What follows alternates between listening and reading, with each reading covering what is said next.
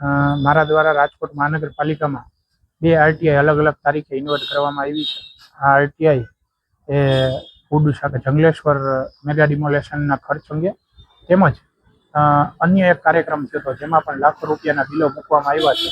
આ ભ્રષ્ટાચાર જે થઈ રહ્યો છે, આ ભ્રષ્ટાચાર સામે એક અવાજ છે અને જે કાંઈ પણ આરોગ્ય અધિકારી દ્વારા કે જેના પણ દ્વારા જે પણ લગત શાખાના અધિકારીઓ હોય તેમના દ્વારા જે બિલ મૂકવામાં આવ્યું છે કેટલા અંશે વ્યાજબી છે, શું બિલો મૂકવામાં આવ્યા હતા, શું એમાં કોના ઓર્ડર દ્વારા મૂકવામાં આવ્યા હતા, કેટલા કર્મચારી કર્યા હતા, આવા બધા પ્રકારના પ્રશ્નોને લગતી મારી આરટીઆઈ છે.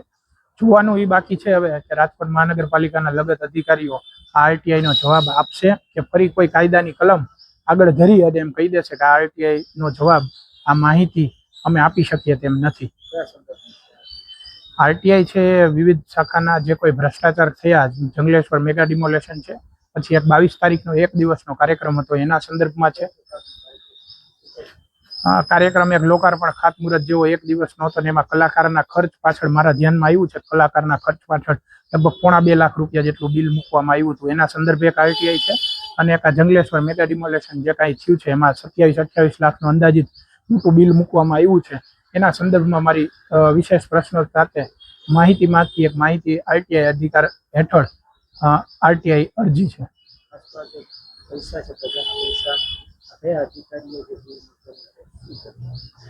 અત્યારે પ્રજાના, આપણા સૌના લોકોના મુખે જેણે બિલ મૂક્યું છે એમ મારા ધ્યાનમાં આવ્યું છે એ લગભગ આરોગ્ય અધિકારીએ મૂક્યું છે અને આરોગ્ય અધિકારી દ્વારા આવા બિલો મૂકવામાં આવતા હોય છે એવું થોડુંક ધ્યાને આવ્યું હતું.